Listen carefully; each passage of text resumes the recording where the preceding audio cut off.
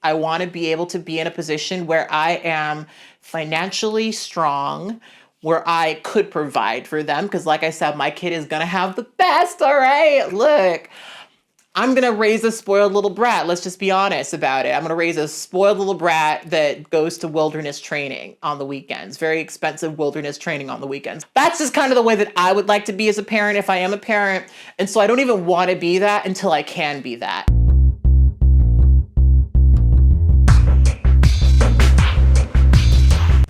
Hey guys, it's Kat, and it's time for another episode of True Tea. I wanted to thank you guys so much for joining me here for yet another episode of True Tea. We do these episodes every single month at the beginning of the month, Wednesday for the podcast and Saturday for the video version of the podcast. And if you're on my Patreon, you get it even earlier than that. But I'm so thankful for those of you guys who tune in every single month, especially those of you guys who call into the call-in show that happens every Wednesday after the podcast goes live. I love when you guys call in and give me your true tea. This particular episode is going to be one where I would really love to hear from you guys, because this is one of those things that people feel really differently about, and I think that we should get a really well-rounded perspective on this. But before I give you guys my perspective, let me get something to drink. I'm drinking my pomegranate juice yet again out of my True Tea mug, my vintage True Tea mug. Eventually, y'all, I'm gonna get on top of making new mugs and things like that, and there will be an updated version of this mug, or maybe mugs with funny sayings. I don't know, I haven't figured it out yet, but I will definitely be working on mugs because, baby, I need more mugs. Let's just be honest, I need new mugs. Anyway, I'm gonna take a sip of this and let's get right into the conversation. So, we're going to be talking about a subject that I have no experience with, but have a lot of opinions about. We're going to be talking about parenthood, and specifically parenthood for transgender people. I want to share with you guys my thoughts about having kids because I felt like it was a really interesting topic. This is a topic that came up when we were having our conversation about how young is too young to be transgender, because a lot of people were bringing up the infertility issue that a lot of people like to talk about. And obviously, as trans people, we have various different perspectives on this, right? For me personally, the idea of being infertile causes me absolutely no stress. Absolutely no stress. Like, it's not something that for me is a downside. The upside of living the way that I live now, comfortably within my own body, is just far too great. But I'm also someone who's adopted, so I think I have a different opinion about this, and we're gonna really get into those feelings. And like I said, we do a call-in show every Wednesday after the show goes live, and so I'm excited to hear how you guys feel about it, because I have some real strong opinions about it. Let's, I guess, start from the very beginning of how I felt about this through my life. So, when you're a trans woman, one of the standard ways that people invalidate you is by saying that you are not a woman because you could not do the thing that women have historically done that has made them important to a lot of people. Right now, there's a lot of conversations into that, because just the very idea that your womanhood is completely reliant on your ability to have kids, that's lots to unpack there, lots of things to unpack there. But it is a standard argument against a transgender woman being a woman. When I was younger, of course, I momentarily felt a lot of shittiness around the idea of not being able to perform that particular duty, not being able to get pregnant. As I've gotten older, and this is the key, my friends have started families. And I've kind of seen the ways that a lot of women's lives change once they have children. And it's a pretty huge change. And I remember when I was in my early 20s, and I would just get into so many conversations about me having kids, right? I've told this story a few times. When I was 19 years old, one of the strangest experiences I had was I was visiting my parents back at home, and we had gone to the optometrist office to fix my glasses, because of course I'm the kind of person who falls asleep with their glasses on and they get fucked up. So we were just going to get them adjusted, and the optometrist saw me and assumed that I was a cis woman and immediately launched into asking me questions about whether or not I was going to have grandchildren. And he was definitely speaking to me as though I was a person who can get pregnant. And I remember my mom who being like very confused around this, because at this time I was transitioning, but also trying to not quite be as open around my parents about it. It was one of those situations where basically everyone else saw it, right? But my parents just were in denial, essentially. That conversation stuck out to me for years because it was one of those things where someone had looked at me and started to have a conversation with me that definitely gave me the impression that I would bring more value and be a more valuable person if I was functioning in that capacity, right? If I were a person who was giving my parents grandchildren, that would increase my value, that would give me purpose, that would be a very positive thing for me to do. And it was something that they were excited by, right? Now, of course, for me, the idea of having kids at 19 is a fucking nightmare. In fact, as I've gotten a bit older, I'll be really honest with you guys and say that while not getting pregnant used to be something that kind of just made me depressed at some point, if I could get pregnant, baby, I would have a lot of kids, okay?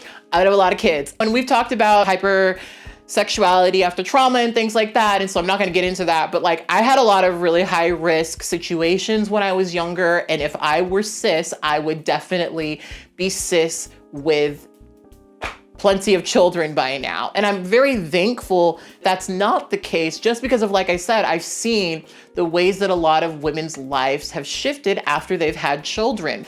And just the fact that they can do less things now is something that I have a hard time like looking at and not seeing as, I don't quite want to say a privilege because that's not exactly the word, but it's certainly a benefit, I would say, for myself at least. Obviously, a lot of trans people are going to feel differently about this, but I'm thankful that I can't have children. I'm thankful that that's something that I can't do. Now, that's how I feel now. It's not how I've always felt, but after watching many of the women in my life shift their lives completely after having kids, I am thankful that I'm not in that position.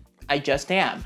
Right now, I also have a particular perspective on this, again, because I'm adopted, right? I personally feel, and I know this is where a lot of people are going to unsubscribe and be upset with me. I personally think wanting to have biological children is a deeply like narcissistic thing. Narcissistic is probably not the right word for it. Feel free to correct me about that, whatever, let's correct my knowledge. We're all learning, whatever, blah, blah, blah. But for me, I think just because I know that there are so many children out there that like really desperately need good homes, just there's something about knowing that and then looking yourself in the mirror and saying, well, I would love to have someone who looks just like me, that just doesn't sit right with me. Now, of course, I understand that people are under the pressure to do it, and I'm not gonna argue against people who do it, because I do think that having kids is indeed a blessing. But I guess it's hard for me as an individual who is adopted to feel like looking at the situation, especially looking at the world the way that it currently is, right? Like looking at just the way that global warming is set up, looking at the way that fascism is set up. Like I have a hard time understanding how someone could look at this world and want to bring new people into it. But I get why they do. There's so many valid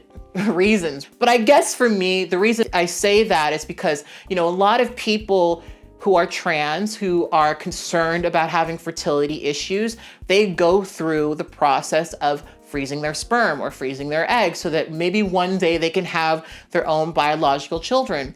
And I just genuinely don't, like I said, the idea of me being sterile is not something that like is a negative for me, right? Like it's actually kind of bomb, if I'm being honest. I just don't necessarily feel like that's important for me, but I can see maybe how it is for some people. But I guess for me, there's something, so I guess I just don't have that bone in my body that would like need to have a little version of me.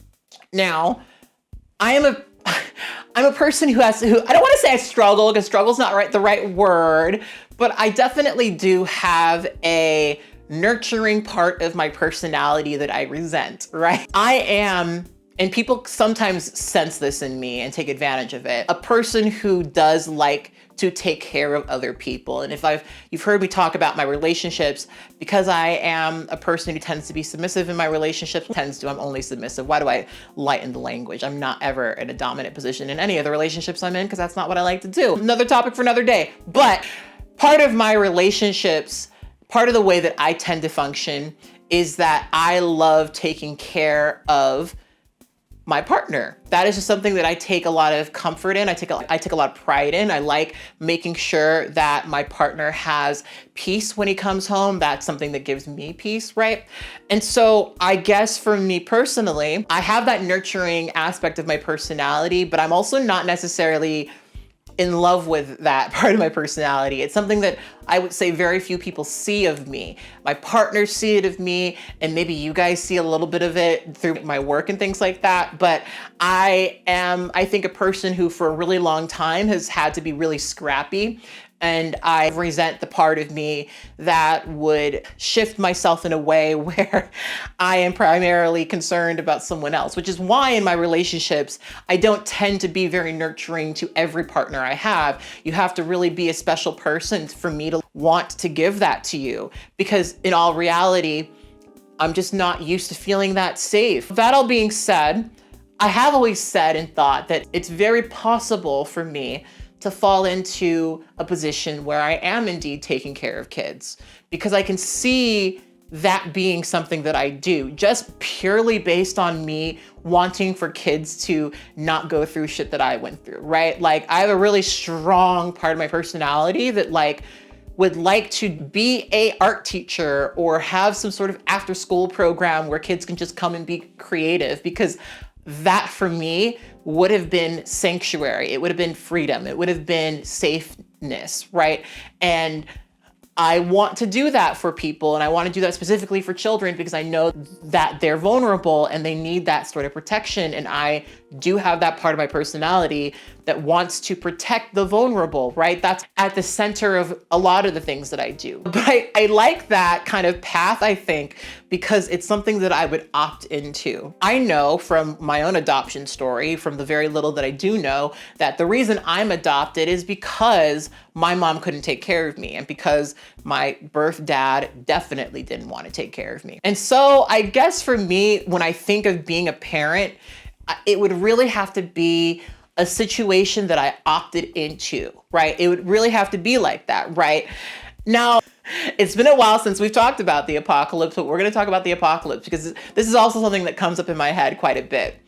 My partner and I were watching The Last of Us, of course, and if you are familiar with The Last of Us, it is essentially a story of a man who decides to take on this random girl that he met as his essentially surrogate daughter because he lost his daughter. And I could foresee myself in a post-apocalyptic scenario being like, hey, with my primary partner, hey, here's this kid who needs help.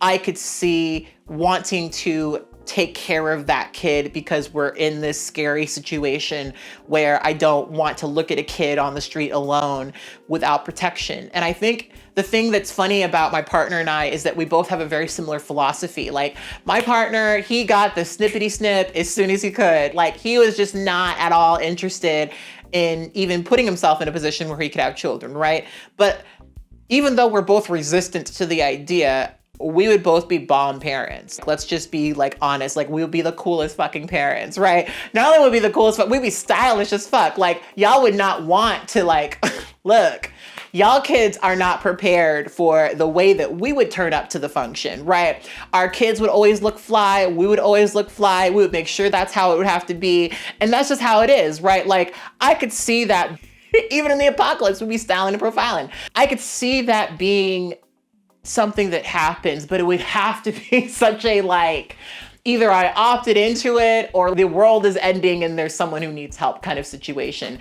It's not something that I envision. And frankly, at 32, which is how old I am, by the way, at least at the time of me filming this, I'm 32. I don't know when this is going up, but at 32, even now, I have such a hard time imagining having kids. Like, I'm looking around my apartment right now, and if I had kids here, God, that would be such a different scenario. Like that would be, especially in the city, right? Like my parents asked for me to take care of my little brother for a bit, right? And Patreon people, we've talked about that. I won't talk about that here, but let's just say that the very idea of moving another person, a grown adult man for that, into my apartment is a nightmare, complete nightmare. Like I can't even imagine sharing this space with another person like that. And that person being a kid would shift things pretty dramatically for me. And I don't feel ready for that. And now I will say that like a constant thing I've heard whenever I've said something like this to people is that you're never ready to have kids. You're never ready.